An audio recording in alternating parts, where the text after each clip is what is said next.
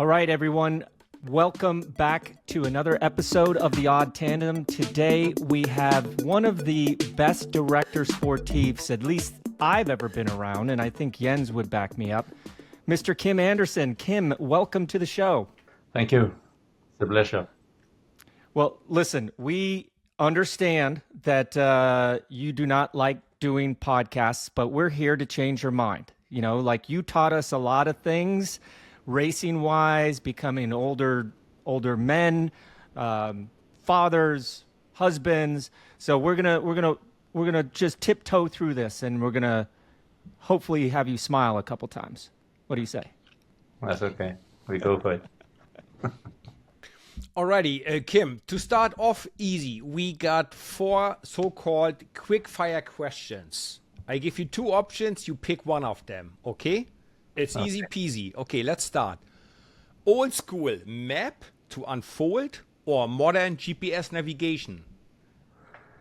Old school map, I'm not surprised. I knew you would say that. but also on a new one now. Race radios or no race radios? I really don't know. Sometimes I was always 200% for the radios, but nowadays I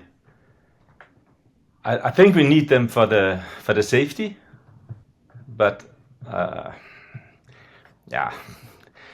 You know, we can't coach if we don't have the radios, because the road, it was no problem if we are doing tour of California and the road are big and we can move up with the car and we can talk to the rider and without any danger. But in Europe, there is so much shit on the road that it's nearly impossible to move up or pass in the peloton to go in the break or something that I really don't see how we can work without the radio. Okay, another difficult one, but easy. Olympic title or rainbow jersey? For me, it's no question. Rainbow jersey.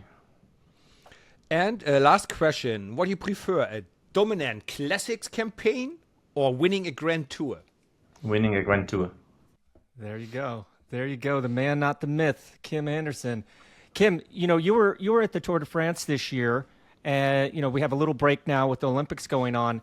Where are you recovered from the tour, and where are you coming to us from right now? Right now, I'm in Denmark. I have been here for 1 week because normally I was not planned for the tour because I should concentrate on the Vuelta. But then something changed that I need to go to the tour. But then I went home the last 3 days because I have a grandkid and we need to do the Baptist. We did that on the Saturday 20, in the north of Sweden. And as you already know, I always drive the car most of the time. So I went for Gap to north of Sweden in 2 days, and and back. So I was recovered a little bit for this week. Tomorrow I go back to Luxembourg, and then I will start to work on the Vuelta. We'll do some recon. My next race is the Vuelta. Since you were not on the plan originally for the Tour de France, just a reminder to our listeners, the Tour de France started in Florence. When and how did you drive your car there? 1 day, 2 days? The tour started on a Saturday. You arrived on Friday, Thursday, Wednesday before. How was your last week before the tour? How much driving, how many days before you were there? Yeah, I was in Denmark for the championship on the weekend. And then I went to Luxembourg, and then Wednesday morning, or Wednesday even lunchtime, I left Luxembourg. And then I was at the hotel midnight in the evening. Luxembourg is very central, so it's always easy to move around the car. Well, you know, that was actually one of my questions also, because I do remember how much you drove cars. But I also remember you kind of jaded me because I lived in Nice, France, and Marseille is quite far away. But when you would drive us, I was always under the impression that it was about an hour and a half from Marseille to Nice. To our viewers and listeners, it's a good 2.5 hour drive. But back then, we may have gone over the speed limit a couple times. But for the longest time, I'm like, oh yeah, we can go down to Marseille. It's only an hour and a half. And then I get in the car and I drive myself, and I'm like, whoa, did I take the wrong road or something? I mean, those were the days. But that's changed, right? Like on the auto routes, there used to be a pretty, I guess, open speed limit, but now it's pretty dialed in, right? You can't cruise around at 200, 210K an hour anymore, can you? No, that had changed a lot. We need to. It's more difficult now. We need to keep it in the limit, because there's too much control, and also in our time, not always it was going from one country to another country, but nowadays everything is coming. So it happened that I pay sometimes, but I think where I gain the most time is not to stop too much. And when you then at the Tour de France and you prepare the first stage, it's this year the tour didn't start with the time trial. Stage is on Saturday. How many hours or minutes you need to prepare? I mean, you probably look at the map. You look at Strava. You look at the records of the speeds, for example. You might look at Velo Viewer and all that. Check the weather, the wind directions. How much time you sit in your office or in your room preparing all just the dry facts of the day? Yeah, it has changed a lot compared to when we was working together, because I mean, at that time I had my good maps, and I draw the parcours in the evening before, and then you look a little bit the wind, and I think on that way I was quite too good to do that. But today, yeah, we more or less we do everything on VeloViewer, and like I said, I was not for the tour, so I was not really doing the preparation for the tour. But now, example, I'm doing the preparation for the Vuelta, and now I'm going through every stage. So I take today, example, I took stage 4. I use 2 hours to go through the whole stage on the computer, and I make some note to put in there. So it's already marked now. We know where we will give the bottles already marked now. So it's when you come to the Vuelta, on to stage 4, you already have the whole thing prepared. What I miss nowadays is that everybody doing the same. We all use VeloViewer. We all use the same wind app or weather app. So, on that way you don't surprise anybody anymore, because we all have the same information. At the time where we was working together, you had the map. You could be good on reading a map. You know that 50% of the DS only had the map from the book, and some of us had a real map. And I think Galopin and me, we always had this French map where it was really detailed. And if you was good on that, you could make it different. But today, all World Tour team even other teams is working with VeloViewer. You have the wind direction on VeloViewer, and yeah, you have 10 weather app where we look at all the same. So it's on that way, it's less surprising. Yeah, I mean, listen, you were old school DS director sportif, when I was there in 2004 until 2008.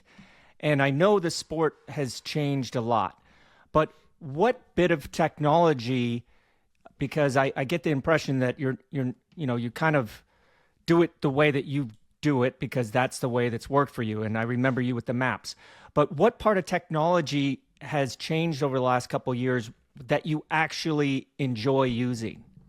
That's the standpoint on WhatsApp. Google Map. Easy to find a hotel. Boom, clack, we are there.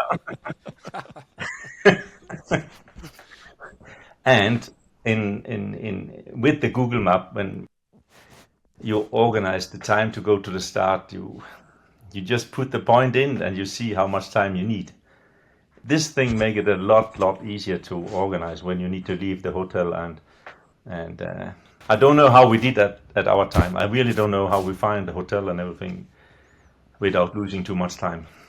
Bobby, I mean, we can tell you, we come to the finish line, the masseurs, when I tell you, oh yeah, just go straight, first left, and you are there. It's 1 minute. Yeah, it's 20 minutes, 50,000 corners. You get lost. Straight You're so uphill. mad. You're about to kill somebody. It happened all the time like that, Bobby, right? Never trust that swan you're after the finish line. Always double check with somebody else. Or don't trust your memory because you're completely exhausted after the race. So you got a memory of a goldfish, like 8 seconds. Nowadays, I still don't like to go for the finish to the hotel with a bike because, as you said, you always get lost. And nowadays we make a GPX file to put in to go, but then the rider still forget to put the GPX file in, so it's the same shit. Some things never change. Wait a second. Fill me in on that. So you actually have the riders load the route from the finish line to the hotel in their computers as well? Yeah, if we have to go, then it's easy to make a GPX file and then just put it on the Wahoo or Garmin, you know. Listen to him, Yenzi. Like, Yeah. you know, Mr. Map Guy, now it's easy to do to GPX. Like, dang, If I, Kim. if I want to stay in this business, I need to follow the time, huh? True. Yeah, always reinvent yourself. Yeah. So, but Kim, you touched on it before with the radios, yes or no, that everybody has the same informations. Now, with all the technology and these informations, do you feel that the riders basically just need to be strong? That's all? They all know at 35 kilometers to go, we have a left turn with some crosswinds. So 200 riders want to be in the top 20 on that corner. And so you don't surprise anybody anymore with crosswind section because everybody has VeloViewer and Windfinder and whatever these apps are called. It's all played out in the TT or on the last mountain, isn't it? So the rider just have to be strong. He doesn't have to have any experience, or he doesn't even have to be clever in terms of race tactics, right? He just listens to the radio and then executes the plan. Is that a little bit the situation you see it now, or is still the rider making his own plan and decisions? No, I think if you have a good DS and if you are strong, you win the race. Yes, but there is 200 riders who want to be there first, and we can't all turn first on this right turn.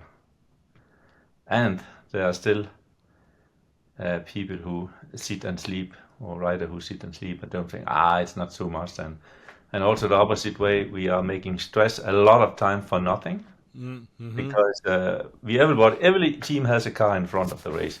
I see a fan. There's a little bit wind. There's a little bit wind, and every team is the same. So they all make the same stress. But I don't see a way without the radio. That's the problem.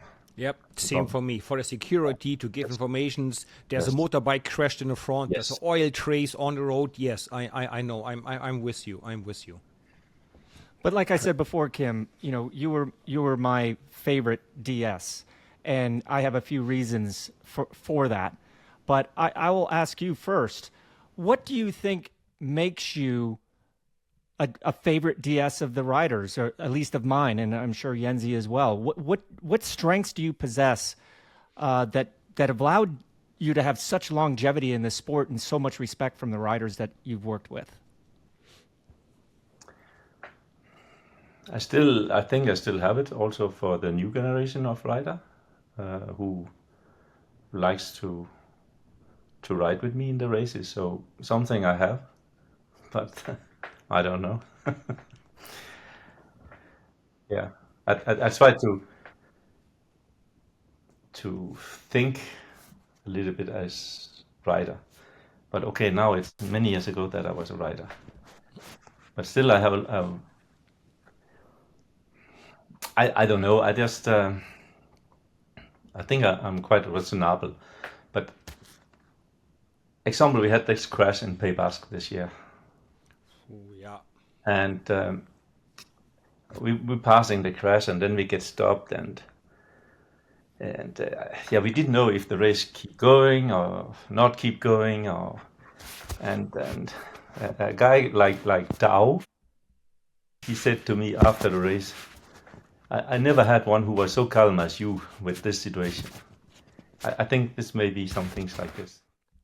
I don't think anybody really have hear me screaming when it was going bad. I mean, it's easy to be a DS when we win, but you need to be there when you lose.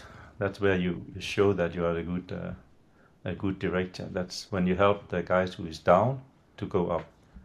Because when you're winning, then it's no problem. Everybody can be a DS. I think for me it was your passion for cycling. You know, you still live it, you still feel it, you breathe cycling. And a little bit like you said, you were great when we were winning, but you were also good and fair when we were not winning. You were supportive, you were there, you understood, and you were generally speaking always positive, like, hey guys, this is good, we're gonna do this. But you could also say a few hard words when needed. The balance. I liked the balance. And I liked how you were, for me at least, flexible with the tactics. Go, this is the plan. And then in the middle of the race you go, hey, this plan is shit. The wind is different. The weather is different. The mountain is not as... Then there, we need to change. And you had another plan. You know, you don't say, hey, we had this plan tomorrow at 8 in the morning and we force the plan no matter what. No, you were flexible enough to realize, hey, this is not going to work. We need to have something different. So I believe those are a few things I always loved working with you. I think this is still working because you really see somebody, they keep the plan what they had, and you see that it doesn't fucking work. I like that it's not just like a plan, you can do it, you know. I think it's nice that you still have this. You say before that you just need to be strong, then you can win. But you still have situation in the race that it's not the strongest who win.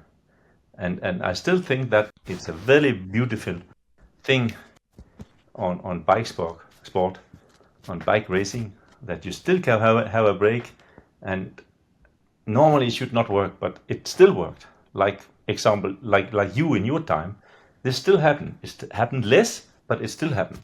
That you can do a surprising breakaway and do it to the finish, and things like this. And I for me, that's really one of the beautiful things in the velosport. So my main answer, or how I would describe you, is pretty much what you said. Your ability to stay calm under the most stressful situations.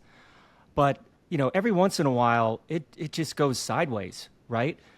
How do you curtail that emotion, especially when you're talking on the radio? Because that was another thing. Like the voice that you had on the radio was clear, concise, and correct. It wasn't panic, right?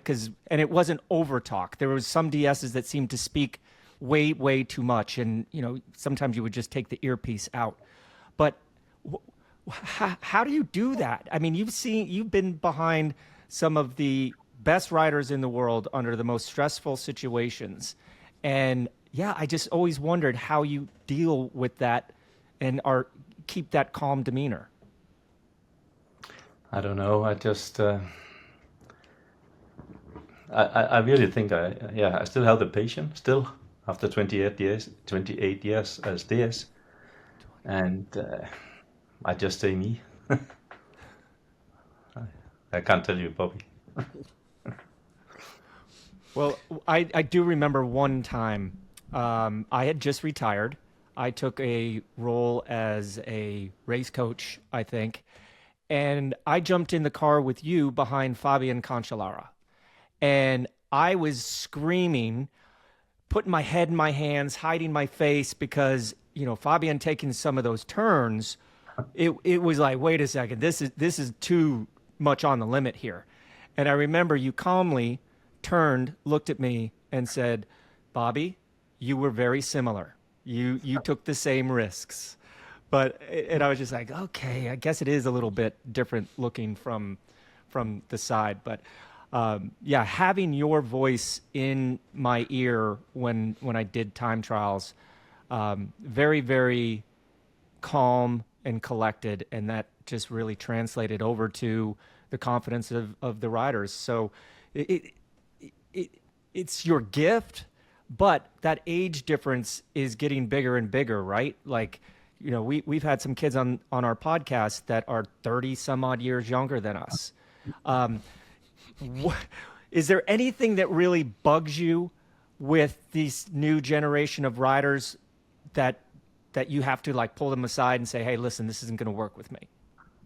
No, I think I adapt for the new time very well. You have to see also that this new kids, they invest a lot in themselves, and you was pro, I was pro, but they are really, really professional, huh? And sometimes I think it's too much. But in other hand, they do the career. I don't think they will do a long career. I don't think all the kids what we are seeing flying will go. No one will go to 35 because you can't live this life for a long time. Huh? They are so concentrated in it and they give everything. But for me, I think I adapt good. I know that they are coming younger, and I will soon go to the retirement. But for the moment, I still have the same passion, and I love my job more than ever. It's a different job than from 15 years ago, but I still love it. Hey, Kim, you were a bike rider. You raced, I believe, in the times of Bernard Hinault, correct? We was teammate. Yeah, there you go. Even better than that. Bobby and me, we still raced with Museov or with Fabian or even with Cipollini. So we knew the times when we had to patron in the peloton. Is that missing today? Would that be important to have a rider that everybody listens to? Or is this a modern cycling? Is there just no space anymore for a dominant figure in the peloton?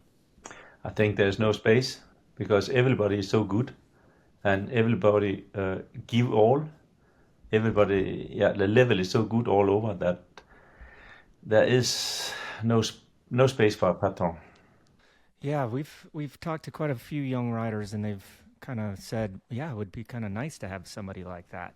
But Yeah, you will know, never work.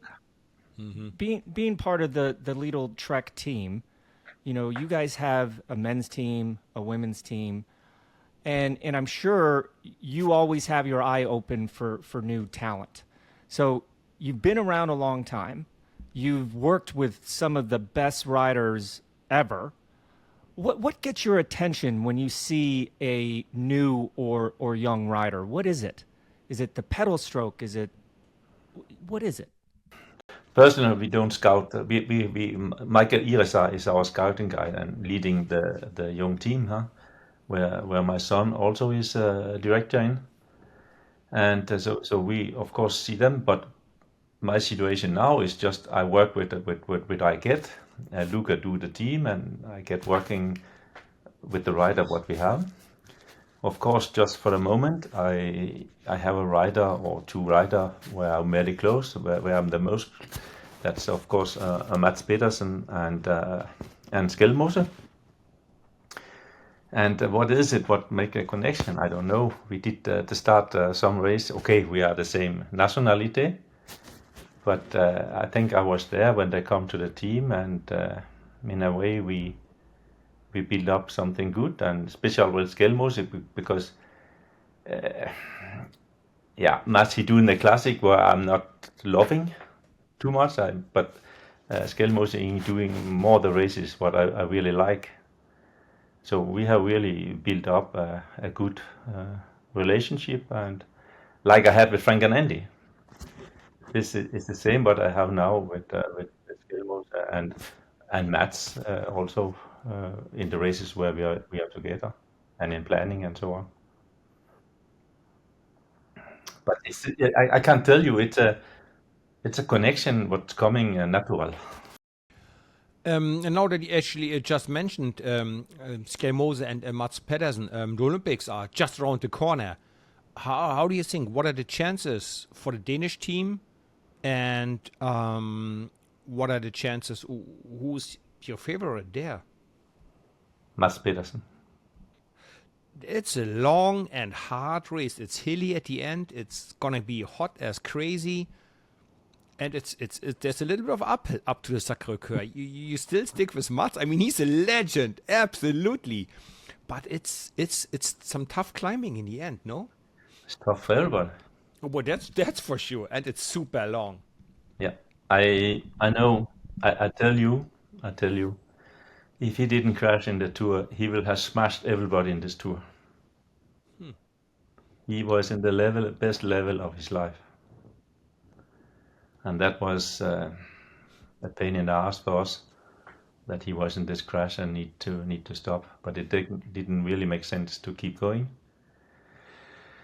and so he took a right cover, and I believe he's there. I know it's a long race and a lot of things can happen, and especially in Olympic, I think it's a race where things can happen. What we talked about just before, that surprising things can happen. But I will. He has a good team behind him, probably the best team behind him. The Berg will be good too, with Wout van Aert and Remco. But I believe they can match them with Skelmose also in the shape of his life, and Mats is really back where he was at the start of the tour. That's the most unique thing about the Olympics. I only got to do one Olympic road race, but it's the only race of the year besides the World Championships as well that you go to the race and you race as a country. And I looked at it. You had so you have Mads and Matthias, like we said, are already doing it. But on other teams, you have Dan Hole, Tom Squinge, and Alex Kirsch. Did I miss anybody? Is it just those guys, or did I miss somebody? It's more. It's more. It's more. Okay. Yeah, it's So more. But I also believe in modern cycling that they're racing for the nation today. It's not like in old time. okay, that Racing, was my question yeah, not because racing for the team. yeah, You are but it's tough. It's weird. You know, going from racing with your CSC guys and then having to go and race with the Americans, there was still you would give up a wheel a little bit easier. You would take a little extra pull. You may share a water bottle, and especially with the length of the course this year, you're going to need those friends around, not just the guys with the same flag on the back of their jersey. So yeah, I find that kind of interesting. Probably we will have the biggest team there if we take them all nation from Lidl-Trek. So if they are friends, then it's a good thing. But for sure, they are not enemies. But in general, the teams are, I believe, riding. You see that at the World Championship, they are riding for the nation. Kim, just a standard question. What would be your best moment, best day as a rider back in your days and as a sport director? Did you have like a certain day or a certain moment where you go, this was the best day in my career, or as a DS, we did so well today? You have certain memories there? I have really a lot, but it's easy for me to pick out two for my own career. The two times when I get the yellow, the first time was a little bit surprising. The second time I really went for it and still get it. So that was in my own career. Was not a win, but to have the yellow jersey in the tour for me is the biggest thing. You have it more days. That was really big. But then as DS, I think there is a couple of situations where I really, really loved. I don't know if you remember the Tour de France who started in England, London. and we are coming to France. We had the yellow jersey with Fabian, and into where the Pré-Roubaix started. Oh, yeah, in Compiègne. Compiègne, yes. We finished in Compiègne where Pré-Roubaix started. Oh, yes, I remember that. And then 5 kilometer for the finish. And now go. And then the fucking also went in the front and we couldn't keep them. So at that moment in the car, we thought, fuck, we lose the yellow jersey. And then Fabian, he win the stage. In yellow. Yes, I know. Beating the sprinters and everything. I know. Oh, man, I was there. That was amazing. That was amazing. And then there is in 2011 Le Galibier, the stage. Oh, yeah, the tactic, the master plan. Yeah, where we already in the recon said that Andy said, I want to attack here. And then he was the day before in Gap and so on. We had lost a bit time, and he was a little bit down. And we make this master plan to go with 2 riders in the front, Postema and Montfort. And it actually happened, but they didn't have the gap enough, into up to the other big climb there from go for Italy to France. And then when Stewie, he asked in the radio, we do the plan or we do it not, because we need to make tempo also in the peloton before the attack. And I know even that we had people in the front to look for the wind and everything in the valley up to Galibier. I know the chance to that plan could go through was 1%. There would be 99% chance that it was suicide. But to take that word to say, yes, we do the plan, we do the attack, that was one of my biggest decisions as DS, because in my stomach, I know this will never work. I was there. I was part of the plan. We put it all on the line. We could have easily looked like idiots by the end of the day, right? Now Yes. we look like geniuses. Epic stage win. Even Yes. Bernard Hinault gave us compliments. He said that was the most epic ride I have seen in the last 20 years. I remember. Yes. But to take this decision at this moment, when you know there is such a big chance that it will not work, that was hard. But in the end, I remember 3 kilometers to the top.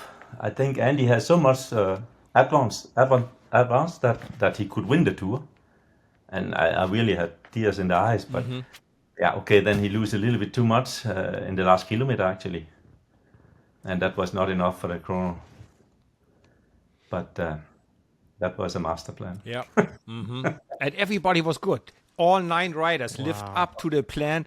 Everybody could do his pull, his tempo riding. I know. It was magic. I remember. In this 28 years as DS, there is so many. There's many. There's also not winning. I remember where I was behind you, Jens, in the tour when you were sick. Oh, yeah. Whew. You remember? The one over the Galibier? That was the day that you were in the yellow jersey, right? Yes. Yeah.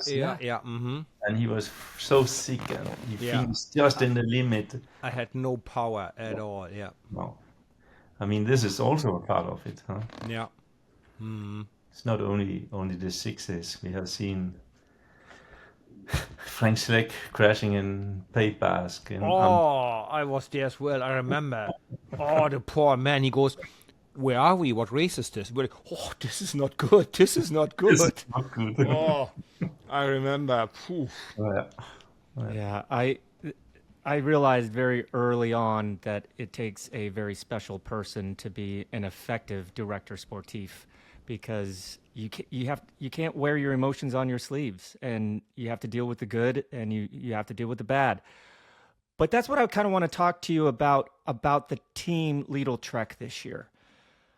There has been a massive improvement. Like, you guys have always been there kicking around pretty solid, but this year it just seemed like you guys went to another level. What was it, the extra budget that Lidl brought to the team, or was it just was it something else? What changed that made the team so much more complete, both on the men's and women's side of the sport this year? Well, I think as we didn't have so much money, we had some young rider, and they have grown and done well, special Skelmose. And then because I know we have got some new riders this year, and it's good rider, but there have just been circumstances that it's actually only Milan who has delivered points. Otherwise, it's more or less all our own rider who has delivered points for this year. They have just growing up and been better. And why we have been better? We have been better because we have more money, and we could do also more training camp in altitude, like the other teams really have done. We have done much more than what we did before. There are some riders did individual and they go alone, but now we have really done also for the Vuelta. We have prepared very well with altitude camp in July for the riders who go there. We have more money to do all the stuff with the cooling van, all this stuff to have more people on the road to give bottles and but all cost money because you need hotel, you need. It's crazy today how impressive the stuff you have to do for 8 riders in the tour. It's impressive. It's crazy. Now, you just mentioned for the Grand Tours, it's 8 riders. Actually, for our viewers, they are not inside professional cycling. Does that change a lot of the tactics with 8 riders instead of 9? Like, you cannot take a sprinter and a GC rider anymore, right? Or you go, nah, it doesn't change anything. It's just 1 rider less. I don't think. Of course, it's special when you have wheel for the DC. You need to choose what you want, but I don't see that the big difference between 8 and 9. I'm happy that the peloton is not 200 anymore. This is for sure because you see the difference when we are going from 175 and we have 20 ride or 25 rider out. Then it's even more relaxed when you start the tour. So I think absolute it's maximum what can be. It's like now 22 teams with 8 riders. That's maximum. Hey, and Kim, now you mentioned that you with Lidl now have a quite strong sponsor partner. You had a team yourself with Team Factor as a general manager. It was your own team, right? Do you see there's a bit of a struggle that the money is so important that not every team has that sort of money? For example, if you can place 20 people on a Tour de France stage with fresh water bottles, it gives a clear advantage to your team instead of a team that can only maybe have the money or have 5 people there with fresh bottles, right? You think that there need to be some limits on the budget or some reorganization that teams with less budget are not falling behind? Or is it just the way life is? No, I'm absolute 100% into that. We need to get more equal. If not, we don't have. It's not fun that UAE have 8 riders who can be captains in each team in the tour.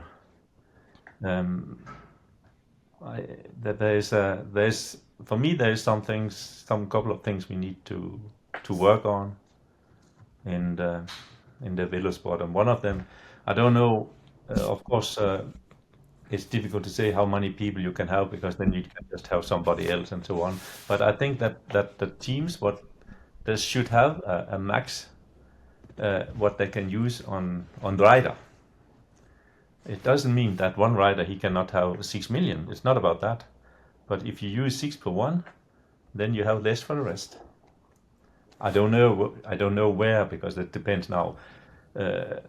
the salary is much higher, so we need to go very high. But I think in a one point we need to fix that each team can only buy rider for this amount of money to get because there's too big different. There's too big different.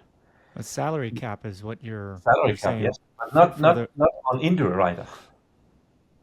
I don't want that. I still want that the good rider get more paid, but you know that the team has a salary cap.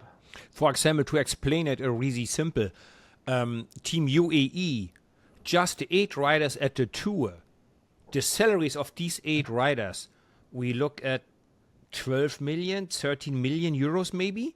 At And least. that is the salary of the teams. They are 8, 18, 19, 20, 22 in the team's classification.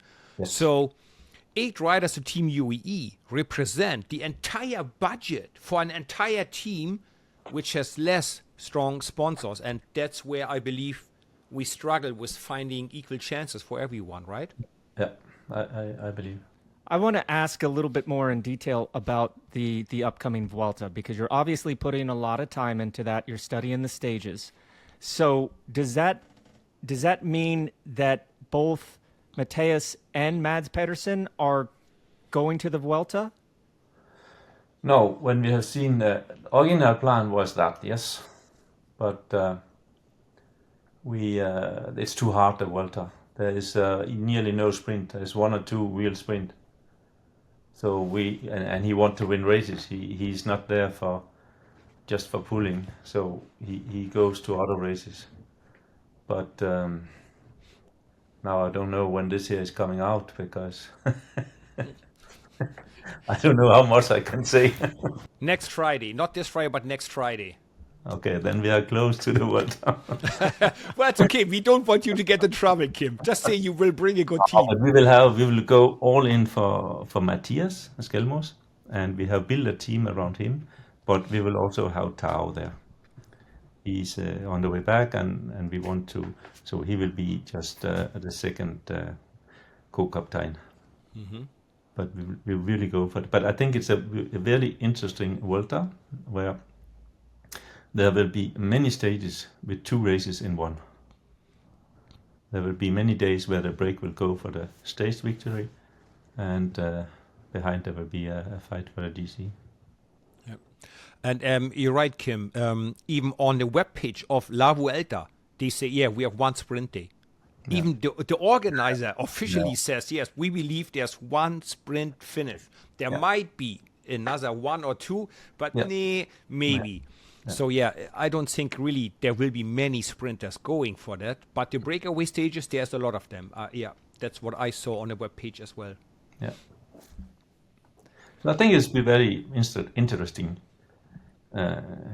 Vuelta, because you also have quite a lot of people who just go for the Vuelta now. I believe. There will be more. There's Ben O'Connor, Jan Christensen, and so on. I think there's Sepp Kuss, for sure. Is Roglic going to come back? Is there any news about him? They say that it's not sure because he has broke something in the back. But I don't trust it. I want to see the start line. Okay, just to give you one more laugh, Kim.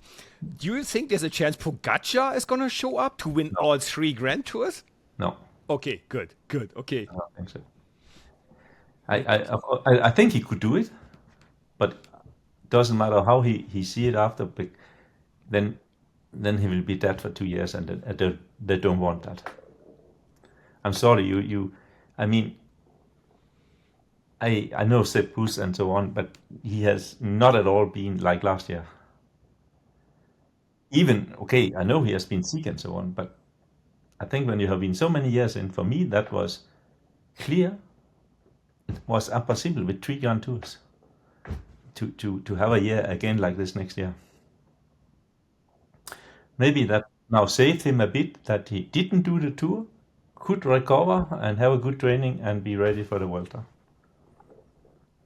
Well, I hope you're right, even though he's not on your team. I'm a big Sepp Kuss fan. And Kim, I just want to thank you again for coming on our podcast with us. We know that you're not the biggest fan of podcasts, but now when you're doing one of those long drives, It's only you'll the have second something. I do, huh? I didn't hear that. It's only the second. The second podcast, but now that you're a podcast professional, you can actually listen to this on one of those long drives down to the Vuelta. So, Kim, I can't tell you. Everybody I talk to, when they ask me the relevance of a director sportif, your name comes up right away. And you did amazing things for me. I know you've touched the lives of a lot of men out there, young men out there.